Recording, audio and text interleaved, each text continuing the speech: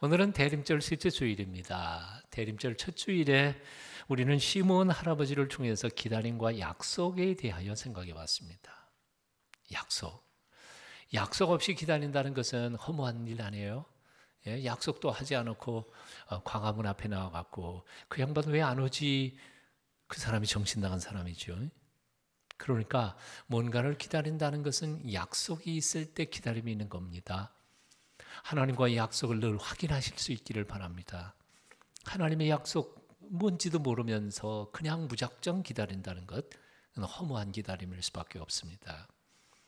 대림절 둘째 주일에 우리는 사가랴 제사장을 통하여 기다림과 믿음에 대한 이야기를 나누었습니다.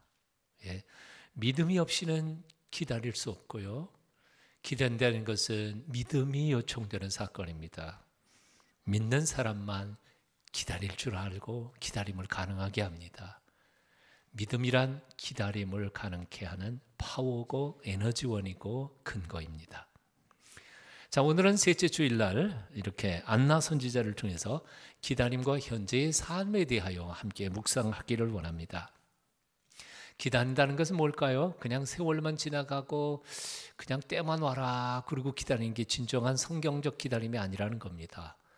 성경적 기다림이란 기다리는 시간 동안에 성실한 삶을 사는 것을 요청하는 것이란 말이죠.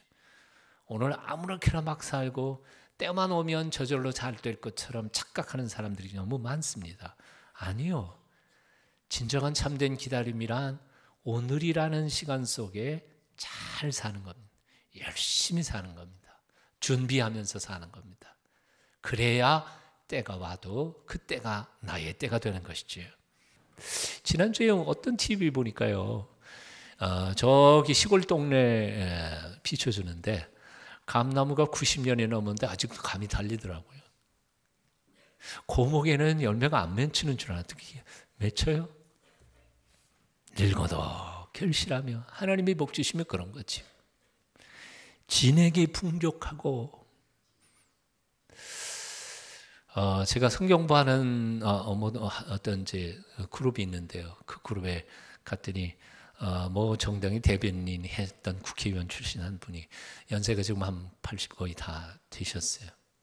이제 이거 이렇게 비볐죠. 아침에 비비잖아요. 비비면 열이 나지 않아요. 나중에 밥 먹을 때 그 말씀 들어보니까 그래요. 저는 비벼도 열이 안 나요. 목사님들 늙어보세요. 비벼도 열이 안 날 겁니다. 이게 진액이 없으니까 말라버리니까 비벼도 열이 안 난대요. 당신은 진액이 풍족하고 빛이 청청하여 여호와의 정직하심, 하나님이 당신을 찾는 자들에게 복 주시고 은혜 주시는 분이시다. 하나님의 정직하심. 90살이 아니라 100살까지 살아도 늙어도 결실하며 진액이 풍족하고 빛이 청청하여 하나님이 과연 하나님이심을 드러내시는 거룩한 의인으로 남은 삶을 살게 되시기를 축원합니다. 늙어도 청청했던 안나 선지는 여러 가지 면에서 아름다운 기다림의 모습들을 우리에게 가르쳐주고 있습니다. 그 첫 번째 아름다움은 이겁니다. 그는 고난을 잘 참고 견디었습니다. 오늘 본문을 보면 안나 선지자는 결혼한 지 7년 만에 과부가 되었다고 기록하고 있습니다. 차라리 결혼하지 않았던 사람은 차라리 사랑하는 사람과 함께 더불어 살아가는 삶이 얼마나 복된지 모르는 사람이라면 뭣도 모르고 그냥 혼자 처음부터 그렇게 살았을지 모릅니다. 하지만 이 안나 선지는 7년을 가정생활했습니다. 사랑하는 남편과 더불어 살만 하니까 그 남편이 떠나가 버렸습니다. 그리고 홀로 된 지 84년 동안 홀로 그 험악한 세상을 살았던 겁니다. 여권이 신장되었다는 오늘날도 한 여인이 홀로 살아간다는 것은 쉬운 일이 아닙니다.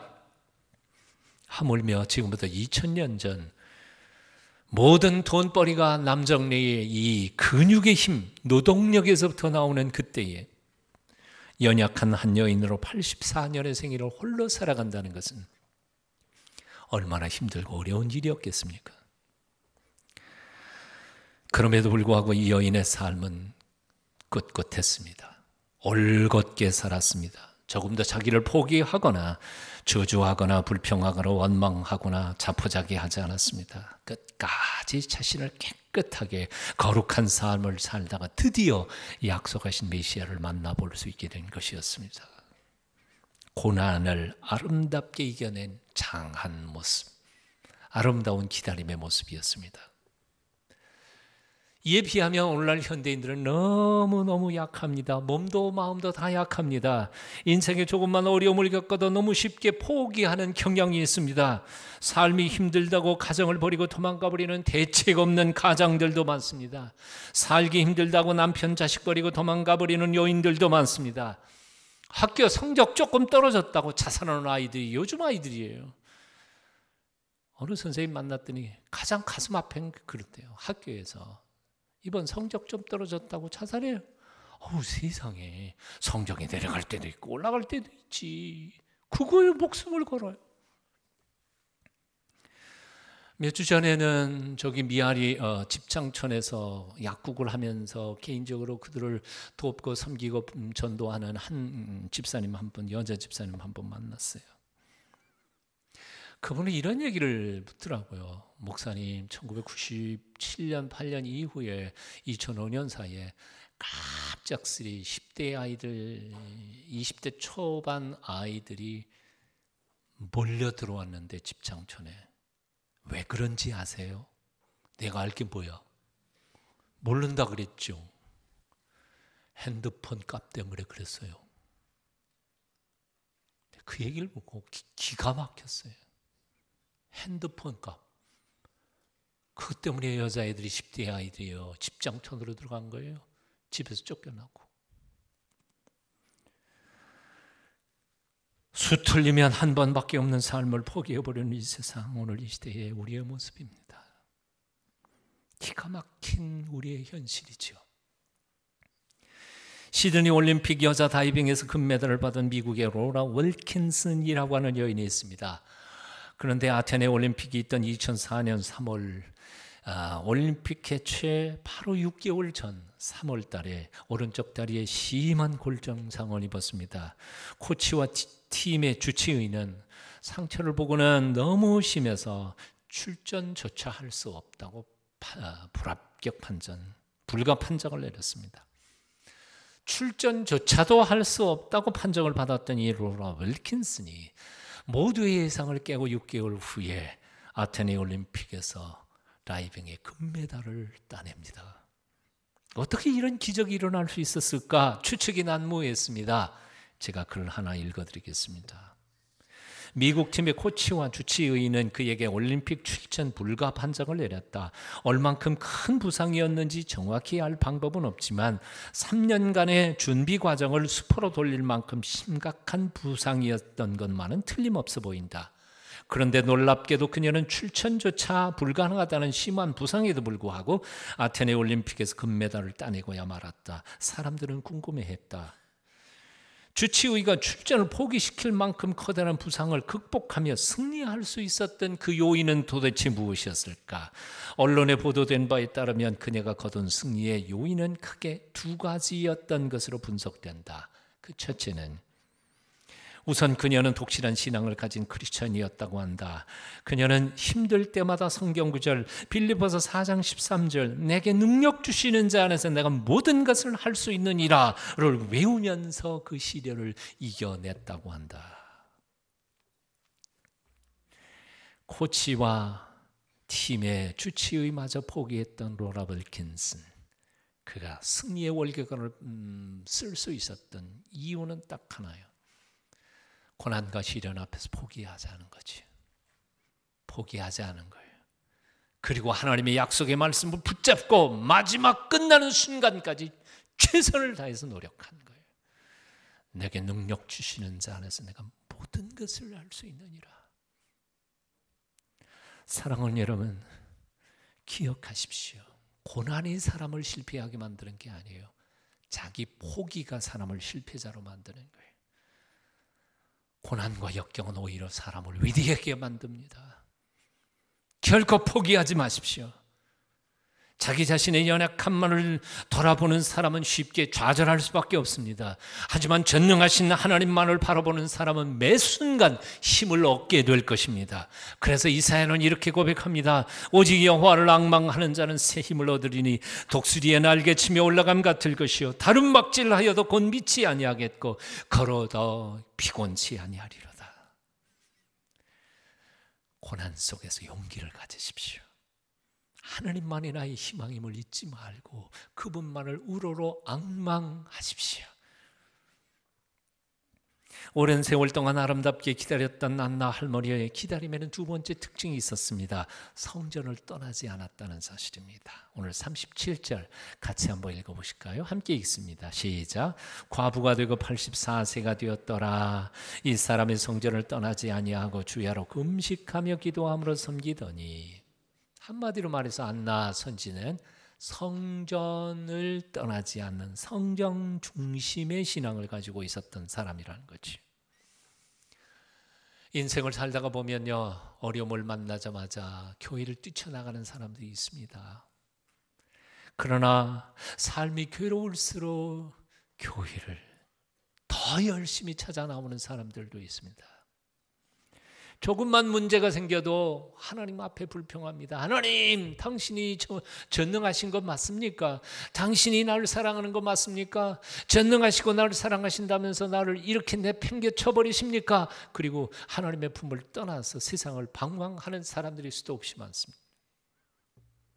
하지만 어려운 일이 생길수록 하나님 아버지의 품을 파고 들어가는 사람이 있습니다. 하나님, 내게는 당신밖에는 길이 없습니다. 나를 불쌍히 여겨주시옵소서. 가나안 복지에 흉년이 들었을 때 나오미의 가정은 고향 땅 복지 가나안 땅을 떠나서 이방인의 땅으로 피난 갔습니다. 하지만 결국 몇 년 뒤에 이방 땅에서 남편과 두 아들을 다 잃고 난 과부가 되어 예루살렘 성으로 다시 찾아 들어옵니다. 그리고 그는 친척들에게 이렇게 고통의 신음소리를 바랍니다. 나를 나옴이라고 부르지 말아다오. 나옴이 뭐예요? 기쁨, 즐거움. 난 즐거운 사람 아니야. 나를 마라라고 불러다오. 고통, 쓰라림.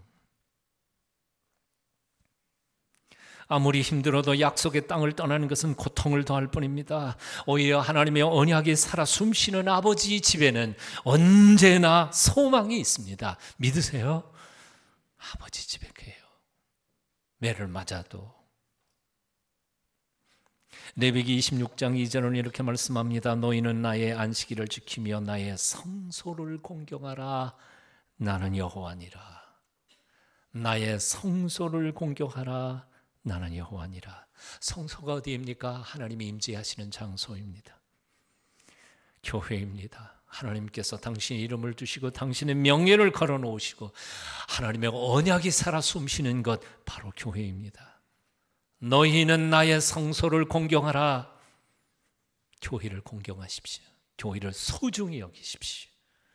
왜냐하면 하나님 여호와의 명령이시기 때문에 그렇습니다. 시편 122편 6절도 말씀합니다. 예루살렘을 위하여 평안을 구하라. 예루살렘을 사랑하는 자는 형통하리라. 예루살렘을 위하여 평안을 구하라. 예루살렘을 사랑하는 자는 형통하리라. 예루살렘이 어떤 곳입니까? 하나님의 집이 있는 곳입니다. 하나님의 집이 어디입니까? 하나님의 임재가 계신 곳입니다.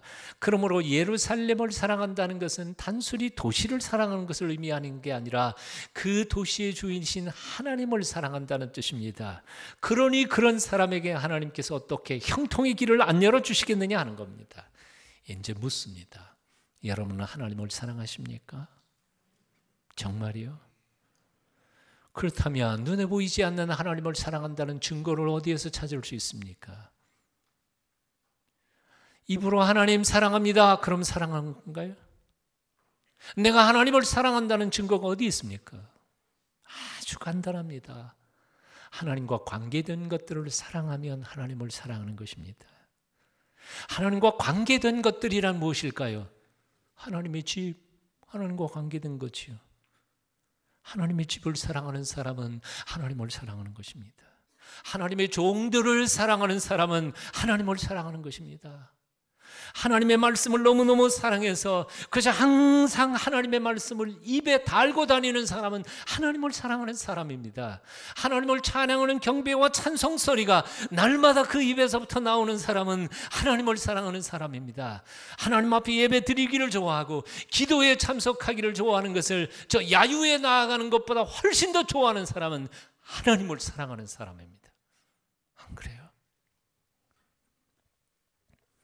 반면에 하나님께 관심이 없는 사람은 하나님의 교회가 잘 되든 못 되든 상관없어요.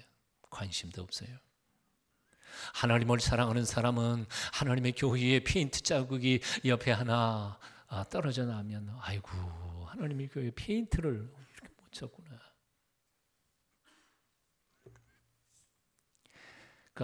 우리 교회는 얼마나 깨끗해요. 하얀 페인트에다가 자꾸 여기다가 붙이고, 분명히 게시판 따로 만들어 놨는데 여기다 또 갖다 쳐서 붙이고 저기다 쳐서 붙이고, 그래서 스카치 테이프가 여기 시커멓고 저렇게 시커멓고. 우리 사무장 이재호 집사님 나한테 항상 혼나는데 그래도 갖다가 그냥 척척 붙여요. 가슴이 저려.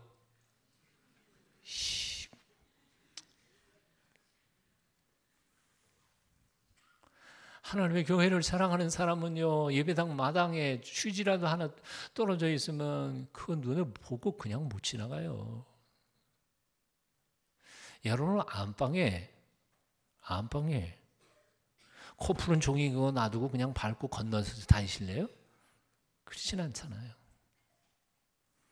하나님의 교회를 사랑하는 사람, 하나님을 사랑하는 사람은 저녁에도 이렇게 예배당 지나가다가 저기는 아무도 없는 것 같은데 왜 불이 켜져 있지? 와가지고 불 끄고 가는 사람, 하나님 사랑하는 사람이에요. 아멘이죠? 글쎄 며칠 전에 청년 녀석이, 청년이에요. 한 20대 한 중반밖에 안 되는 청년인 것 같아요. 그 2층에 화장실 지나갔는데 문은 열려있고 불은 켜져 있는데 내 앞에 그 친구가 지나가다가 띡 보더니 뚝 끄고 가. 뭐 내가 끄라 그런 것도 아니고 지가 알아서 가다가 툭 끄고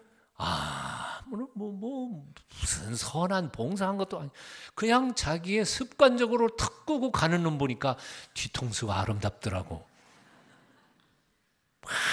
멋진 녀석이야. 사랑하니까요. 하나님을 사랑하십시오. 교회를 사랑하십시오. 교회의 평화를 위하여 기도하십시오. 교회를 사랑하는 사람은 형통하리라. 시편 122편 6절 말씀이 있습니다. 성전 중심, 교회 중심의 신앙생활은 기다림을 아름답게 만들어가는 두 번째 요건입니다. 마지막 세 번째, 여선지 안나 할머니는 평생을 금식하며 기도함으로 섬겼다고 기록하고 있습니다. 아까 읽었던 37절 다시 한 번 더 읽어봅니다. 37절 한 번 더 읽어봅니다. 과부가 되고 84세가 되었더라. 이 사람의 성전을 떠나지 아니하고 주야로 금식하며 기도함으로 섬기더니. 자, 끝부분이 이렇게 되어 있습니다. 주야로 금식하며 기도함으로 섬기더니. 뭘로 섬겨요? 기도함으로 섬겼어요. 무슨 뜻일까요? 기도로 섬긴 거예요. 이 할머니는 84년 동안 허송세월로 보내지 않았습니다. 봉사하면서 살았습니다. 섬기면서 살았습니다. 그런데 그 섬김이 무엇으로 섬겼느냐 하면 금식하며 기도하면서 섬겼습니다. 이게 특별한 의미가 있는 거 아니에요? 즉 다시 말하면 이 안나 할머니는 자신의 힘으로, 자신의 열심으로, 자신의 노력과 지혜로 봉사한 게 아니라 금식하며 자신의 본능을 죽이고 기도하면서 하나님이 베풀어 주시는 열심과 열정과 그리고 하나님이 주시는 힘으로 봉사하고 섬겼다는 것입니다. 오늘날 교회에 왜 문제가 생기는지 아십니까? 하나님이 주시는 힘, 하나님이 주시는 열심으로가 아니라 자기 열심과 자기 열정으로 봉사하다가 보니까 그 내 열정과 네 열정이 부딪히다가 보니까 시기 질투심 생기고 경쟁심 생기고 그러다가 보니까 부딪혀요. 질문 하나 할게요. 여러분, 교회 안에서 싸우는 사람들이 열심 있는 사람이 싸울까요? 열심 없는 사람들이 싸울까요? 어떻게 알았어요? 그래. 교회에 대하여 열심이 없는 사람은 싸우지도 않아요. 에휴, 지들끼리 잘 싸워라. 난 집에 간다. 교회가 되든 말든 상관없어요. 그런 사람들 싸우지도 않아. 뭐하러 예배당에까지 나와서 싸워? 근데 싸우는 사람들 이유가 있어요. 요렇게 해야 하나님의 교회가 바로 되는 거 아니냐? 요렇게 하는 거고 요렇게 하는 거고 반대가 되니까 서로 싸우는 거죠. 그러니까 가만히 생각해 보면요, 싸우는 사람들이 교회 잘 섬기는 사람들이에요. 그렇다고 싸우자는 얘기 아니에요. 근데 왜 이렇게 싸우느냐? 이유는 간단해요. 내 열심으로 하려고 그러니까. 하나님이 열심이 아니고요. 내 생각으로 하려고 하는데 저 사람 생각하고 안 맞으니까 자꾸 싸우는 거죠. 근데 내 생각으로 하나님의 교회 일을 해서는 안 돼요. 하나님의 생각, 하나님의 뜻을 물어야 돼요. 내 힘으로 하다가 보면, 내 돈으로 헌금하다가 보면 이 헌금이 잘 쓰여지는지 안 쓰여지는지 이거 자꾸 꼬치 따지고 그러다가 보면 다 교회 안에 도둑놈들만 있는 것처럼 보인다고요. 저거 잘 쓰여질까 안 쓰여질까? 자기 돈이 들어간 거니까 그렇죠. 아니요. 하나님께 드린 돈 하나님께서 주장하시도록 맡겨드리는 데에는 싸울 이유가 없어요. 그래서 고린도 교회에 보낸 사도 바울의 편지 속에 보면 봉사하는 사람, 섬기는 사람은 누구 힘으로? 하나님이 주신 힘으로 봉사하라고 그랬어요. 하나님이 주신 지혜로 봉사하라고 그랬어요. 하나님이 주신 열심으로 봉사하라고 그랬어요. 내 열심이 아니고요. 안나 할머니는 금식하며 기도함으로 섬겼습니다. 자기 열정으로 한 게 아니에요. 자기 지혜로 한 게 아니에요. 기도하면서 기도 속에서 주시는 하나님의 지혜로, 하나님이 주시는 영성으로, 하나님의 마음으로 봉사하고 섬겼다는 것이죠. 금식은 단순히 먹을 것을 안 먹는 것을 말하지 않습니다. 성경적 금식은 육체적인 본능을 억제하면서 그 본능을 영적으로 승화시켜서 하나님을 갈망하는 훈련이었습니다. 즉 다시 말하면 자신의 능력이나 재주나 힘, 지식을 완전히 포기해버리고 오직 하나님의 지혜, 하나님의 능력, 하나님의 힘만을 의지해서 사명을 감당하겠다는 결단의 표현이 바로 금식이었습니다. 그래서 금식하는 사람들은 하나님의 도우심이 없이는 나의 재주, 나의 능력이 아니라 하나님이 도와주시지 않으시면 이 일을 감당할 수 없겠습니다 하고 고백하며 하나님만 구하는 사람들, 진정한 이런 사람들이야말로 진정한 교회 안의 봉사자들이 되는 것입니다. 이 금식기도의 정신을 가장 잘 표현한 찬송가가 있습니다. 280장 천부여 의지 없어서 손들고 옵니다. 주 나를 외면하면 하시면 너 어디 가리까? 주님 밖에는 내게는 다른 대안이 없습니다. 주님 절로 쫓아내시면 난 갈 데가 없습니다. 오직 주님의 은혜만이 내가 일할 수 있는 근거요 힘이요 지혜입니다. 그러니 제게 지혜를 주시고 아버지의 마음을 알게 하시고 그 마음으로 일하게 하소서. 금식기도의 정신입니다. 안나 할머니는 이런 자세로 한평생을 하나님 앞에서 산 여인이었습니다. 그래서 하나님이 주시는 지혜와 능력과 힘으로 평생을 남을 섬긴 이였습니다. 신약 성경에서는 안나라고 이름이 표기되어 있습니다. 하지만 구약 성경에 찾으면 히브리어로 한나라고 쓰여져 있습니다. 사실 안나나 한나나 똑같은 이름이죠. 아시는 것처럼 맨 첫 글자의 H음은 발음이 나기도 하고 안 나기도 합니다. 그래서 할렐루야 하기도 하고 알렐루야 하기도 하고, 어떤 사람들은 알렐루야하고 할렐루야하고 다른 건 줄 아는데 똑같은 얘기예요. 한나든 안 나든 뜻은 은혜라는 뜻입니다. 하나님이 거저주시는 은혜의 선물이에요.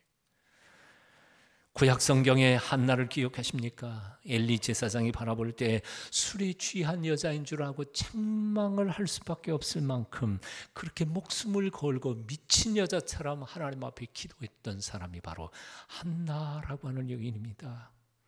그 기도의 전통이 이어져서 바로 오늘 안나 선지는 금식하며 기도하며 주님의 교회에서 하나님을 섬겼던 종이었던 똑같은 안나입니다. 사랑하는 여러분, 이런 기도가 여러분의 삶 속에 다시 시작되기를 축원합니다. 이런 목숨 건 기도를 통하여 내 개인적인 문제뿐만 아니라 가정의 문제, 교회 문제, 이 사회의 문제들이 풀려지기를 원합니다. 기도를 회복하십시오. 경건의 능력으로 교회를 섬겨가는 하나님의 사람들이 되시기를 빕니다. 세계적인 설교자 스펄전 목사님이 자기 정원 화단을 가꾸고 있었습니다.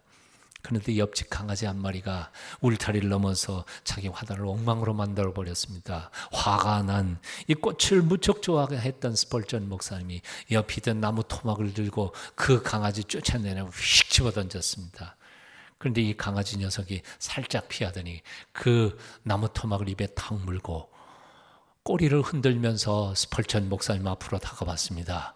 그리고는 빤히 쳐다보면서 나무 토막을 딱 내려놓고 꼬리를 흔들고 있습니다. 어째서일까요? 할 수 없이 그 강아지 머리를 쓰다듬으면서 이렇게 말했답니다. 야, 강아지야, 내 화단에 들어오고 싶으면 언제든지 들어와라. 내가 너한테 졌다. 인간은 어느 할 것 없이 이기적이고 자기중심적입니다. 그런데 이런 인간들 앞에도 꼬리 흔들면서 다가오는 강아지를 매정하게 쫓아낼 힘은 없습니다. 하물며 사랑과 긍휼이 풍성하신 우리 아버지 하나님께서 두 손 들고 눈물 뿌려 그 앞에 나아가는 성도들의 기도에 어찌 매정하게 쫓아내시겠습니까? 이번 대림절 이 기간 동안 하나님 앞에 나아가 주의 은총을 구하시는 멋지고 위대한 절기, 위대한 만남 있게 되시기를 축원합니다. 기도하겠습니다.